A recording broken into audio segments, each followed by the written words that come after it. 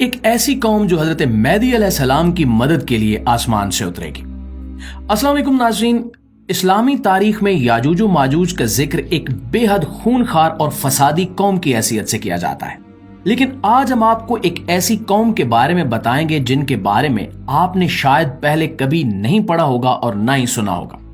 ایک ایسی قوم جس نے نبی کریم صلی اللہ علیہ وآلہ وسلم کے ہاتھ پر اسلام قبول کیا، لیکن ان کے بارے میں کوئی نہیں جانتا کہ یہ کہاں آباد ہیں اور ان کا علاقہ کون سا ہے۔ اس قوم میں عورتیں کیوں نہیں ہیں اور باہر سے آنے والے لوگوں کے ساتھ یہ قوم کیا سلوک کرتی ہے۔ اس کے ساتھ ساتھ آپ کو ایک ایسی قوم کے بارے میں بھی بتائیں گے جو پہلے بتائی گئی قوم کی دشمن ہے اور ہر وقت پہلی قوم کو قتل کرنے کی کوشش میں مصروف رہتی ہے۔ ہم آپ کو یہ بھی بتائیں گے کہ یاجوج و ماجوج اور ان دونوں قوموں پہ جب اسلام پیش کیا گیا تو ان تینوں قوموں نے اسلامی پیشکش کا کیا جواب دیا۔ ناظرین گرامی، آج ہم آپ کو ایک ایسی تاریخ سے روشناس کروانے جا رہے ہیں جو بڑی حد تک متنازع بھی ہے اور عجیب و غریب بھی۔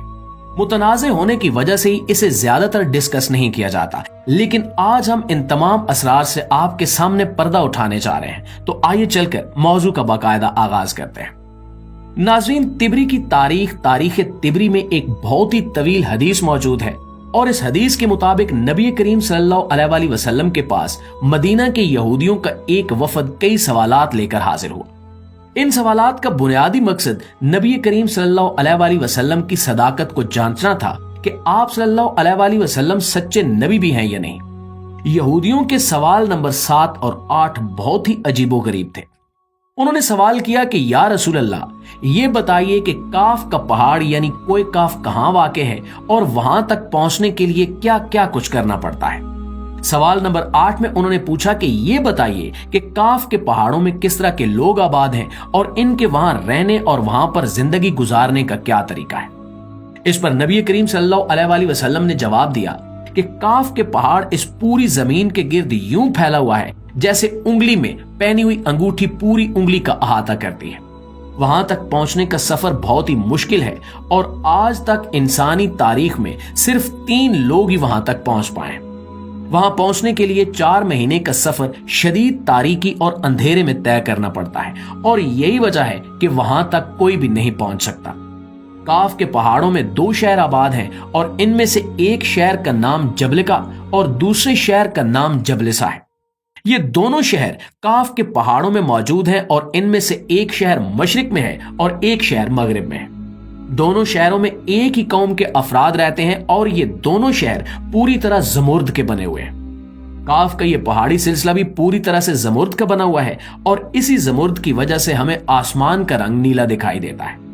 تاریخ میں صرف ایک بار حضرت ہود علیہ السلام کے 3 امتی کاف کے پہاڑوں میں پہنچنے میں کامیاب ہوئے تھے اور اس قوم نے ان پر بے پناہ تشدد کیا تھا۔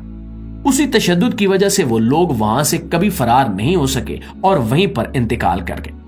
یہاں پر یہ واضح ہے کہ یہ تمام الفاظ اسی حدیث کے ہیں جس کا حوالہ ہم نے شروع میں تاریخ تبری کے حوالے سے دیا تھا۔ نبی کریم صلی اللہ علیہ وآلہ وسلم سے ایک اور روایت بیان کی گئی ہے جو کہ تاریخ میں التبری میں موجود ہے۔ اس روایت کے مطابق نبی کریم صلی اللہ علیہ وآلہ وسلم کو جب معراج پر لے جایا گیا تو حضرت جبریل علیہ السلام نبی کریم صلی اللہ علیہ وآلہ وسلم کو ایک ایسی قوم کی طرف لے گئے جو نہایت ذہین قوم تھی۔ اس قوم پر نبی کریم صلی اللہ علیہ وآلہ وسلم نے اسلام پیش کیا تو انہوں نے اسلام قبول کر لیا۔ اس کے بعد نبی کریم صلی اللہ علیہ وآلہ وسلم نے انہیں دینی احکامات کی تعلیمات دی اور وہاں سے آگے بڑھ گئے۔ یہ وہی قوم تھی جو کاف کے پہاڑوں میں جبلکا اور جبلسا نامی شہروں کی رہائشی تھی۔ اگلی منزل میں حضرت جبرائیل علیہ السلام نبی کریم صلی اللہ علیہ وآلہ وسلم کو ایک ایسی قوم کے پاس لے کر گئے جو پہلی قوم کی دشمن تھی اور اس قوم کے 2 حصے تھے۔